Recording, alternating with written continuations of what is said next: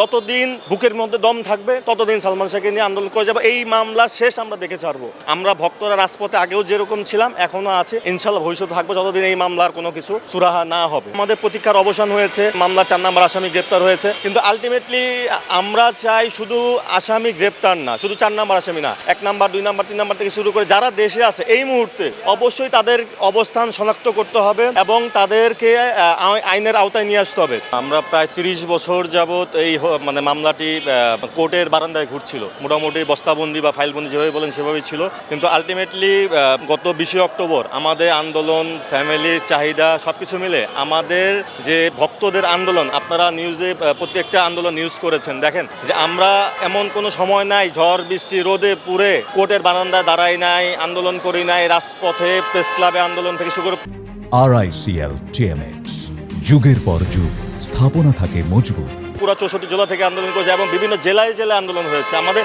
Centrally ঢাকায়ও আমরা আন্দোলন করেছি, কিন্তু আলটিমেটলি 20 অক্টোবর গত বছর যখন এই মামলাটি হয়, এই মামলা হওয়ার পরপরই আমরা মোটামুটি একটু হতাশই ছিলাম। দেখেন 30টা বছর তার মা, তার পরিবার এবং আমরা যারা পুরো বাংলাদেশের ভক্ত, এবং শুধু বাংলাদেশের না, বাংলা ভাষাভাষী যে দেশে, যে সমস্ত দেশে বিভিন্ন ধরনের মানুষ আছে, আপনারা আমার মোবাইল এবং আমরা যারা ভক্তরা সামনের সারি থেকে কাজ করছে এই আন্দোলন নিয়ে, আমাদের ফোন চেক করলে দেখবেন বিভিন্ন দেশ থেকে বিভিন্ন সময় বিভিন্ন ভক্তরা আমাদেরকে ফোন দিয়ে আন্দোলন চালিয়ে যাওয়ার জন্য বিভিন্নভাবেও তারা অনুপ্রাণিত করছেন। আমরা তাদের অনুপ্রেরণা এবং আমরা নিজেরা সবকিছু মিলে এই কাজগুলি করে যাচ্ছে। বিভিন্ন সময় আপনারা দেখেছেন যে আমরা রাত জেগে জেগে ঢাকা শহরে পোস্টারিং করেছি, আপনাদের চ্যানেলগুলিতে নিউজ হয়েছে। তো আমরা কেন, আমরা নিঃস্বার্থভাবে সালমান শাহকে ভালোবাসি। আমরা ভাই সালমান শাহ পরিবারের কেউ না, আমরা সালমান শাহকে ছোটবেলায় দেখেছি, নিঃস্বার্থভাবে তার আইডিওলজি, তার সবকিছু ভালো লাগে দেখে আমরা নিঃস্বার্থভাবে কাজ করে যাচ্ছি। এখন পর্যন্ত করবো, যতদিন বুকের মধ্যে দম থাকবে ততদিন সালমান শাহকে নিয়ে আন্দোলন করে যাবো। এই মামলার শেষ আমরা দেখে ছাড়বো।